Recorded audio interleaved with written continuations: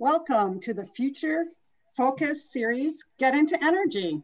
Before we get started though, please note that guests will be muted during this session. However, you are able to use the chat feature to ask questions, and this session will be recorded for future viewing. Get into energy. You had a good chance if you joined in a few minutes early to see some of the different careers. But before we get into energy, I do have a question for you. And no, this isn't the question. Why did the gardener plant a light bulb? He thought he'd get a power plant. Do I hear laughter? Anyway, so we're going to go ahead and introduce our speakers today. First of all, I'm your host, Diane Peterson, and I'm a career specialist. I have a co-host with me, Lisa Hungerford, who is also a career specialist, and she's going to be monitoring the chat for me. So if you see on your screen that you have two choices to chat with, if you chat with Lisa, she is definitely monitoring that and she'll be able to get that question forwarded to us. I'd also like to introduce to you today our speaker, Lauren Johnson, and she comes to us from the National Energy Foundation. So even though you had a quick introduction to see the other chairs, I'd like to share with you more.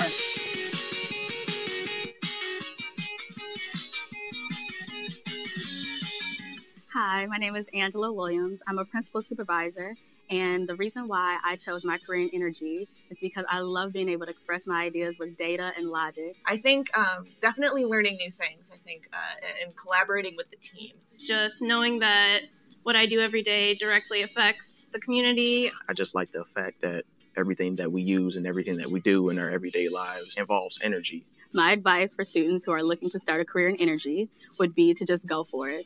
Work hard, stay dedicated to what you want to do. Start young, try getting an internship, get involved. Be able to follow directions and listen. And pretty much everything else comes with learning and being a part of the trade and time. I would say be open to new experiences. I love what I do to provide stable and reliable power to our customers. I went into energy because it gives you a lot of opportunities to grow your career, and it also directly impacts the community. So that's why I chose to go into energy. And that's why I chose a career in energy. And that's why I got into the energy industry. And that's why I chose my career in energy.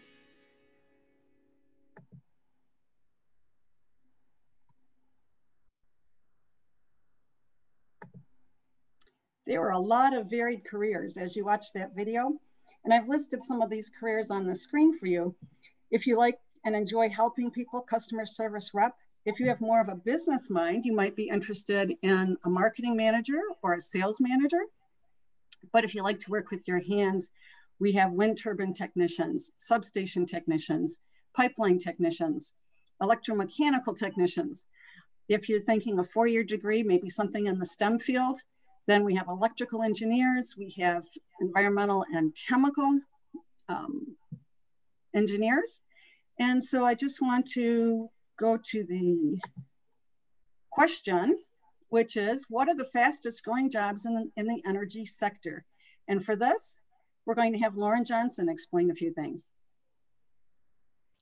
Okay, thank you, Diane.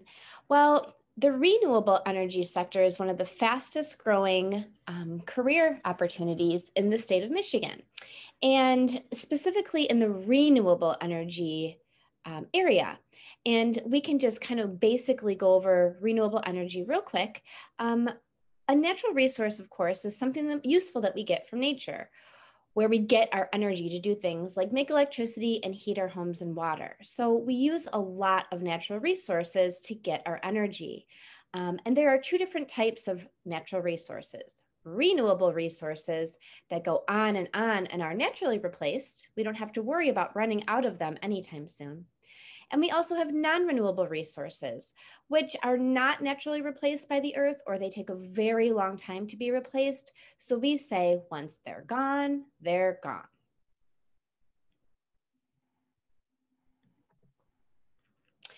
Let's take a look at some examples of non-renewable resources. And we do use a lot of non-renewable resources to meet our energy needs, and they include coal, natural gas, oil, and uranium, which we use for nuclear energy. And renewable resources that we can use for energy are, some examples are wind power, and you can see those tall wind turbines in the photo there with the farm. We do call those wind turbines. So some of you may have seen those out in a field, and just a moment, I'll show you a map of where our wind farms are. We can also use solar power. We can use biomass, which is when we burn wood or even landfill gases to get energy. And we can also use water or hydropower. And all of those resources are naturally replaced, and they can go on and on and on. So we're really making a commitment here in Michigan to use more renewable energy when we can, because it's also greener and cleaner for the environment. Here's a map of Michigan, just so you can take a peek and see where we use renewable resources here in the Great Mitten State. As you can see in the thumb of Michigan, it's zoomed in there. We do have a lot of wind farms located in great big open areas near the lake and inland as well. These squiggly lines represent landfill gas, where we can capture the gas from our garbage decomposing and use that for energy. We also have some solar panel arrays set up in the thumb of Michigan, and we also can use biomass, like burning wood chips, for energy as well. So that just kind of shows you where we use renewable energy in Michigan. And here's a cute little joke. What do wind turbines talk about? Nothing special. They just shoot the breeze. So wind turbines do use and harness the power of the wind to generate electricity for us. And we use a lot of wind power here in Michigan. Wind is one of the Earth's oldest, cleanest energy sources, and it is one of the most abundant renewable resources here in Michigan. And we're actually ranked 14th among all of the states in the US for our wind energy potential. And you can see here there's a cross section of the wind turbine, so you can just see inside. As the blades of the wind turbine turn like a fan, there's a generator up in right behind those blades. And as the blades turn and turn, we can generate electricity that we can run down the pole through underground lines and out to local homes and businesses that can use that electricity. Now, solar power is also becoming really big here in Michigan, believe it or not. We can still generate a lot of solar power, even though we don't think of Michigan as a very sunny state. And we're investing a lot of energy and funds into increasing our solar energy use here in Michigan. The Solar Current program for DTE has installed nearly 10 megawatts of solar energy sites across 22 sites in southeastern Michigan. So keep your eye out for that. We will be investing more, so you may see more solar arrays, such as the one that you saw in that photo, popping up here in Michigan. And here's a quick example of how we can convert the sun's light and heat into energy that we can power our TVs and light bulbs with. The sun shines down on the solar panel. The solar panel is able to convert the light and the heat to electricity using technology called photovoltaic cells. And it can also be run out to local homes and businesses that can use that electricity.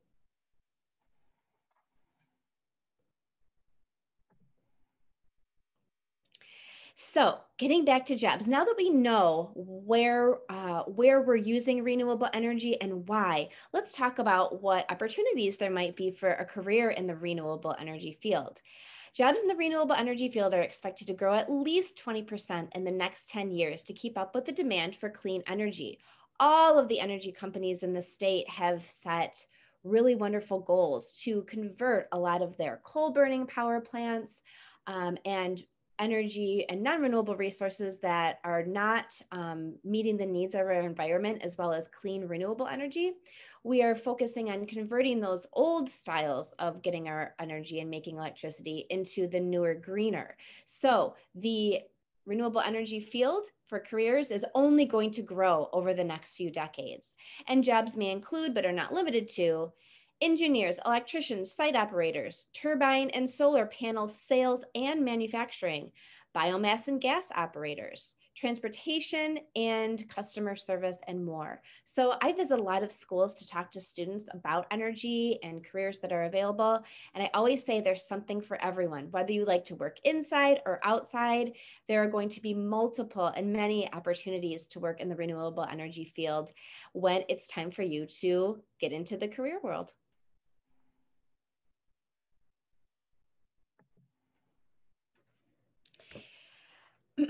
And just to kind of reiterate why this area will be growing, DTE is the Michigan's leadest investor and producer of renewable energy here in the state. We've made a really big commitment to increase our renewable energy use here in Michigan. We are actively retiring those coal burning power plants, and our goal is to have 25% of all of our energy output be from cleaner renewable energy by 2030. Which is going to be coming up fast, believe it or not. We've invested over $3 billion in the last decade on renewable infrastructure like solar and wind power, and we plan to invest at least $2 billion more by 2024, which is only in 4 years. So that could be when it's time for you to enter the workforce. So this is great timing. And our plan is to power close to 1 million homes by solar power very soon. And our 14 wind farms currently power about 500,000 homes, and it will just increase over the next decade. And you could be part of that. Thank you, Lauren.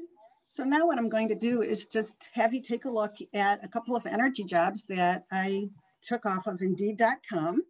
Indeed.com is just a website where they list all kinds of jobs. And I specifically typed in that I wanted to have look at a job in renewable energy. And so you can see that just right here in Muskegon, we have a field technician. And if you look at what is needed for that, it says a high school diploma or equivalent. It says you must have a valid driver's license with a good driving record. So now's the time to start thinking about, if you have your driver's license, being careful so you don't get too many tickets, so that you'll be eligible for a job in energy. You also must pass a drug test and a physical. And so when we talk about energy jobs looking for athletes, they're not kidding. For example, if you were a linesman, you would be climbing up the poles to repair or restore energy. And you definitely have to be in good physical shape. The wind technician for DTE Energy is actually in Mount Pleasant, which is a little bit further away, but it does show a representative job of a renewable energy. There's also a renewable specialist with consumers energy, and then a licensed journeyman electrician. So you can see again that the types of jobs are quite varied, and these are just the jobs that are in the renewable energy sector. So again, I want to say that you don't necessarily have to go on to a 4-year degree. If you have a high school diploma, a clean record, and some skill certifications, it's maybe perhaps taking a few classes, or a 2-year degree. You'll even have an opportunity for more or varied careers. Plus, you can also get on-the-job apprenticeships. And real quick, an apprenticeship is something that you do while you are working, so you're studying the job, but you get paid to do it. And it's an awesome opportunity. So another question students often have is what classes they should take in high school. And if you are in 7th and 8th grade, you'll be thinking about scheduling for classes. If you're already in high school, it's probably not too late to buckle down and get serious about that math. Yes, I said the 4-letter word.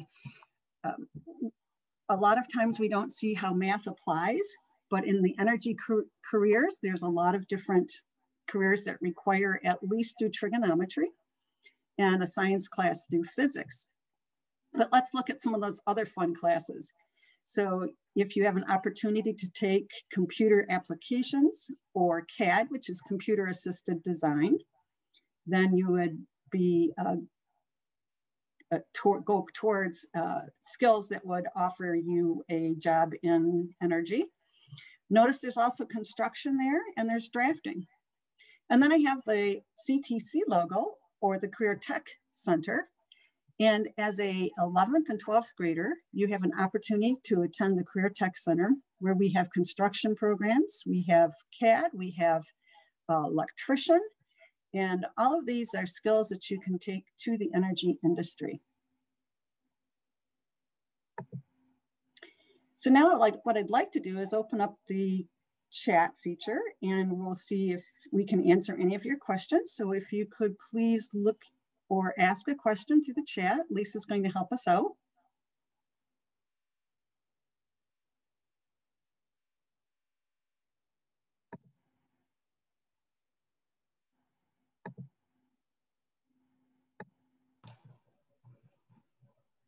Good morning, Ms. Peterson. Hello. There is a question in the chat wondering what kind of education requirements are needed for an entry-level job. Okay, that's a great question, because as an entry-level job, many times you can just have, I shouldn't say just, because getting your high school diploma is awesome. And so you can take that high school diploma and turn it into gold by becoming some of the technicians that are positions that are offered. I also have available information on a website that I can send, and I'd be happy to do that for you. There's another question from Miss Johnson, wondering about her career path and where she started out and how her journey has looked. That's a really interesting question. I actually earned my bachelor's degree in education. So I had experience as a teacher, and when DTE was beginning their school outreach program, where we go to schools and we educate students about energy and the opportunities to save energy and work in the energy field, I came to work for DTE. So I really enjoy helping young people learn more about energy and how they can help perhaps save energy and also Earth's resources.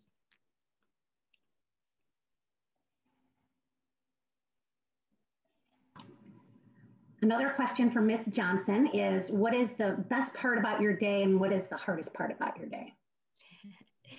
The best part of my day is working with students, by far. That is my biggest joy within the work environment. The most difficult part of my job, especially now, is that I can't visit students and schools in person because typically I travel around and I help spread the word about energy actually in classrooms. So it's been an adjustment, kind of pivoting and getting used to the online world.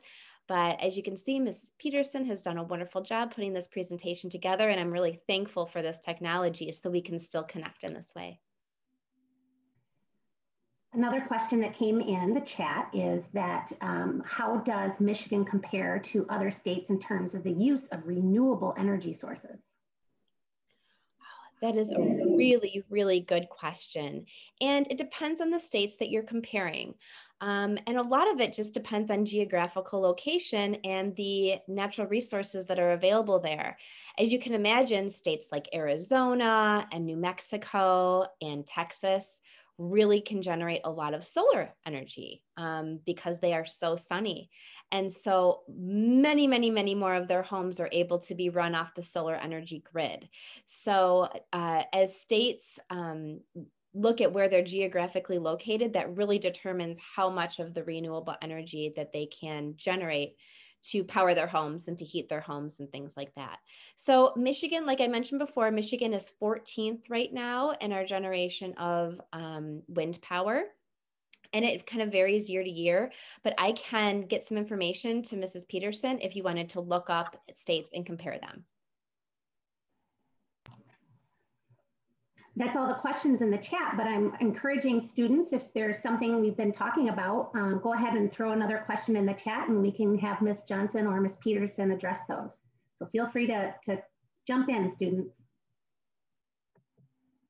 Okay, thank you.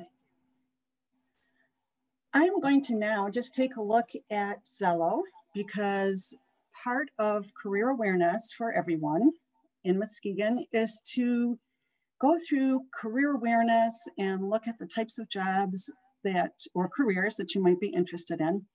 But one of the inventories that you take is your personality style.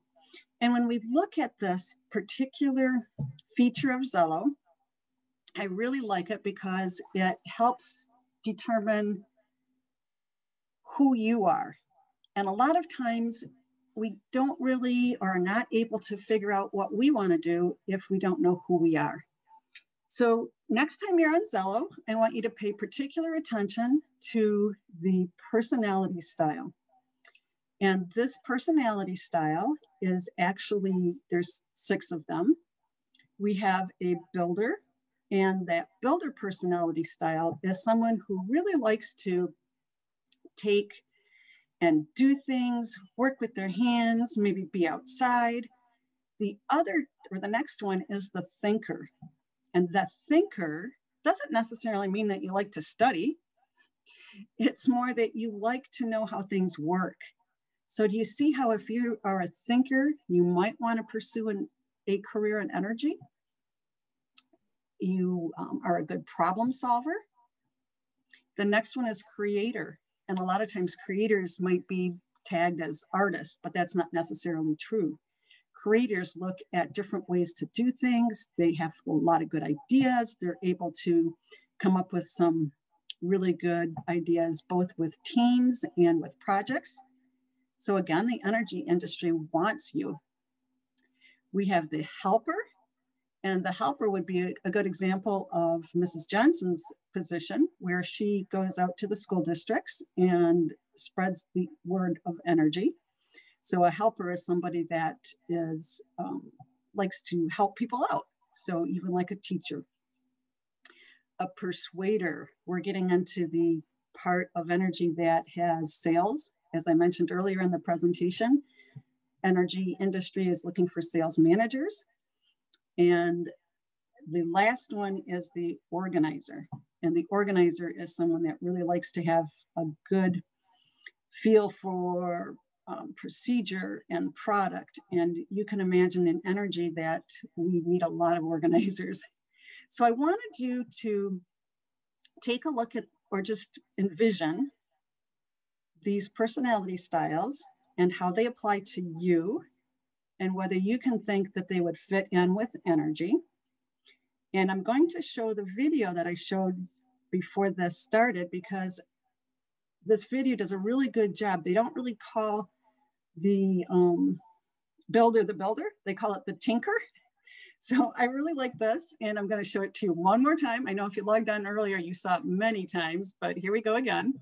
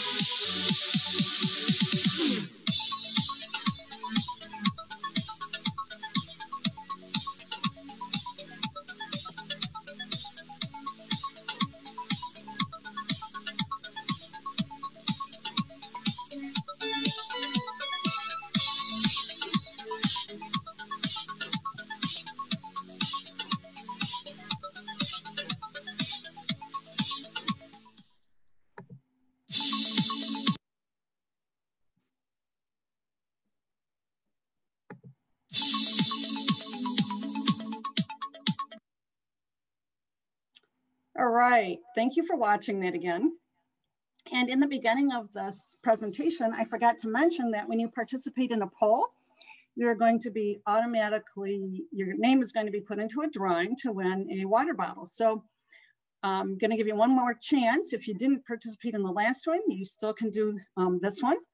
And so I want you to reflect. So let me just go ahead and get the poll up here. I'm going to have you reflect on the career that you, I'm sorry, the video that you just watched. Okay, just one last joke. Why do transformers hum? Because they don't know the words. Before I end, I want to just check in with Mrs. Hungerford to see if there's any additional questions.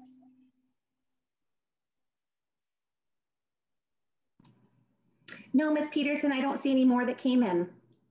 All right, well, I want to give a big thank you to Mrs. Johnson for helping us out today, understanding renewable energy.